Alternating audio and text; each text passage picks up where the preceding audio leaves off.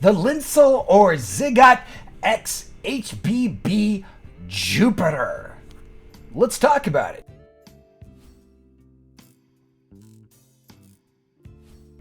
Now, this IEM was sent to me by a friend from Hi-Fi Guides. You know who you are.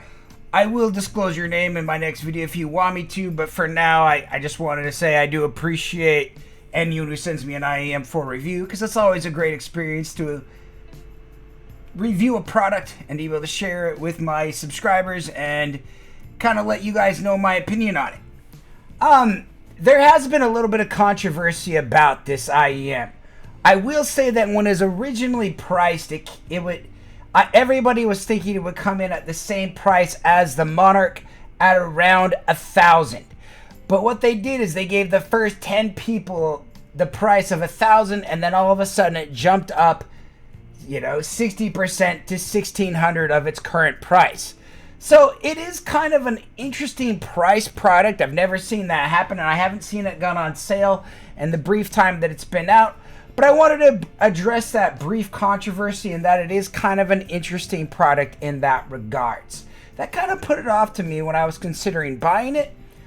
But I am very fortunate and very happy to be able to share this product with you guys. So let's first of all talk about the build quality.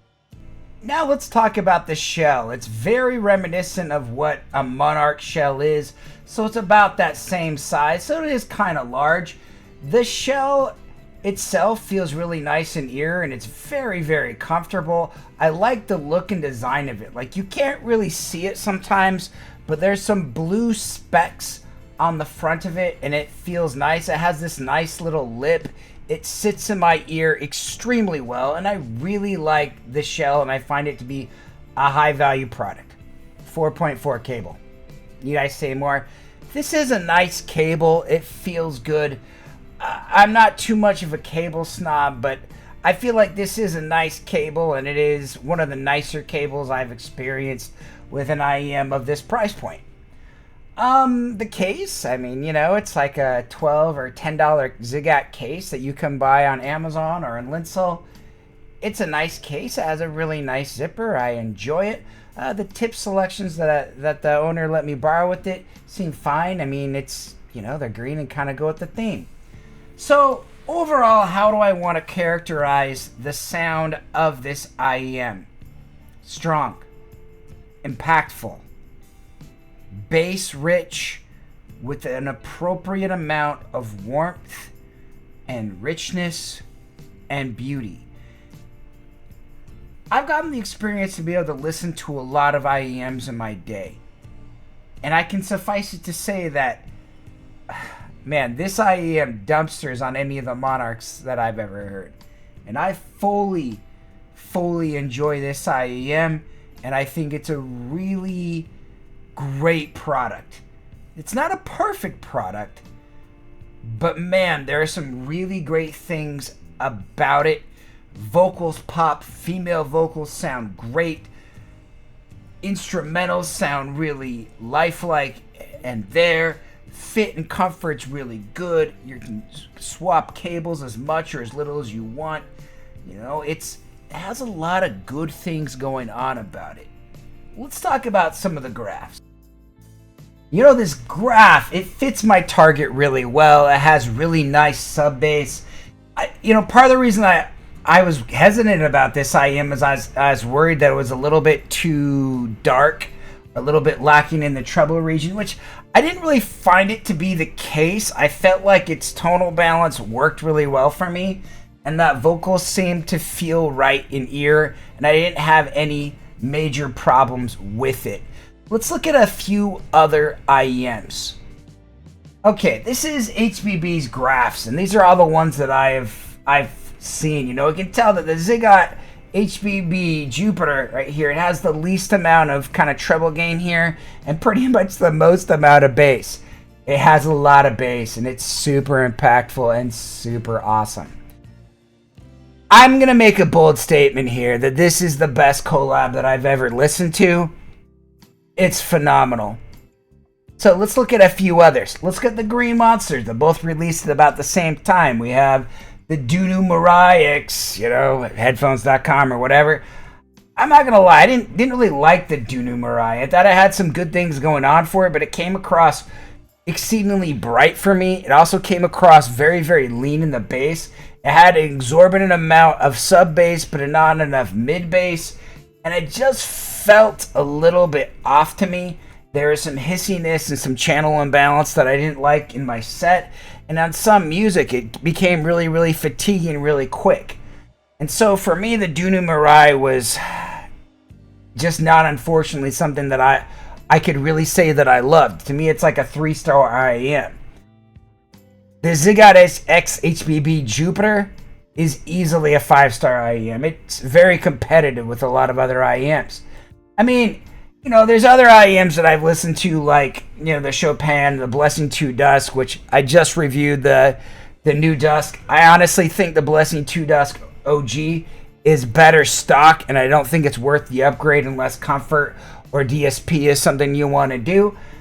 But I just think the Ziggatt XBP Jupiter is just an exceptional product.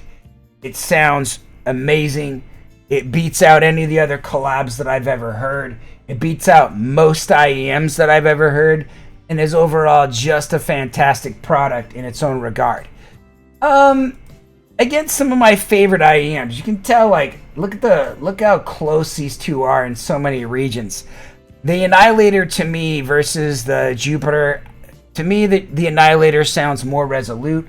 They are in a different price category, but I will say that the Jupiter is really close to that level, and I really like the Jupiter.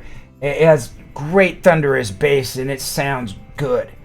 Versus something like the Grand Maestro. The Grand Maestro has something kind of different, and it depends on the setting. But you know what? The Grand Maestro, to me, it does, again, sounds a little bit more resolute.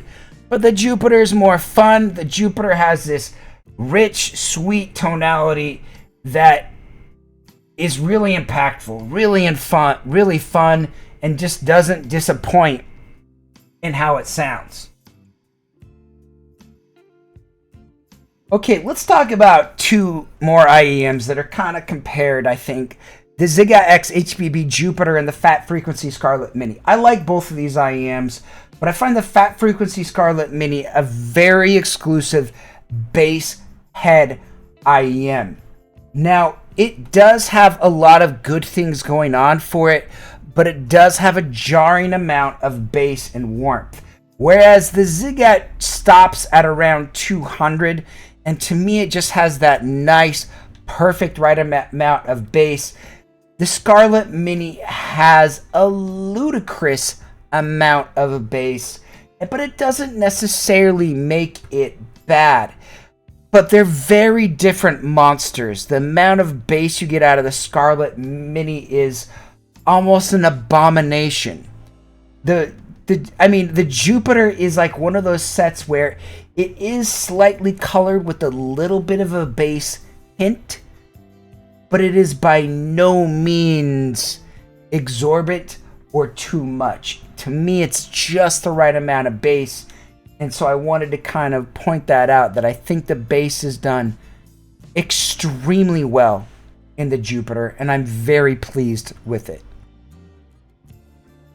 This is an interesting product.